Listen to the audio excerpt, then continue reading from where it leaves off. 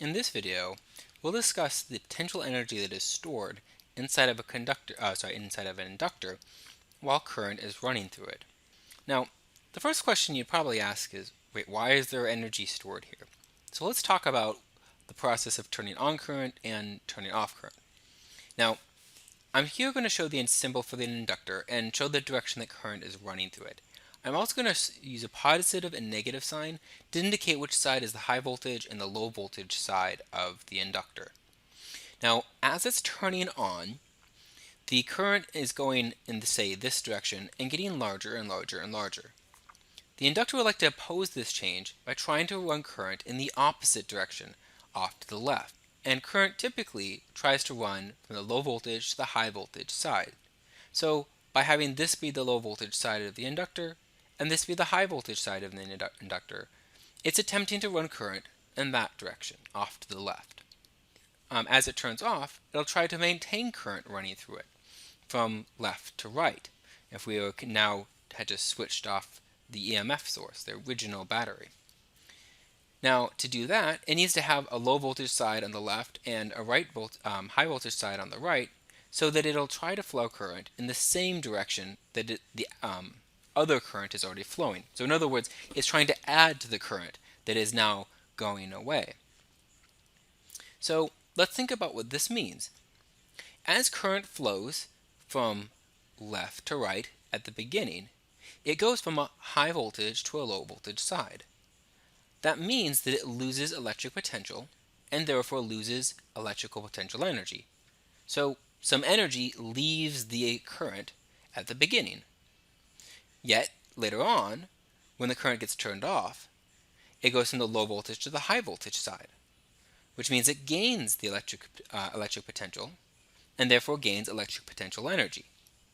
So the current loses some energy at the beginning as current starts to run on, and then gains it back as the current turns off.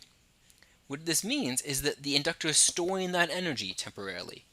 It steals it away from the current as it gets turned on, and then it gives it back to the current as the current goes away to try to keep it flowing still. So the amount of potential energy depends on the amount of current that is currently running through it. Indicates the amount of energy that is sort of nabbed up in the meantime as it was being turned on, and that'll be the amount of energy that it gives back. So we want to look at how much energy it stores while the current is flowing. Now there's only one real formula that we're going to use for this, and it's this formula. The potential energy stored in an inductor is 1/2 times the inductance times the current squared. So a couple of things to note with this. One is that it's the current squared. So if there's no current, no energy stored. Also, if the amount of current doubles, the amount of energy stored quadruples because it's squared. Also, the only thing it depends on is the inductance of the inductor, which I guess kind of makes sense because that's the property that describes it. If you have twice the inductance, you have twice the potential energy stored for the same amount of current. And that can also be seen on why the current lasts longer after you've turned off the EMF source, the original energy source, so it has a larger time constant if the inductance is higher. It simply also has more energy to provide to give into the current to keep it flowing for a little bit longer.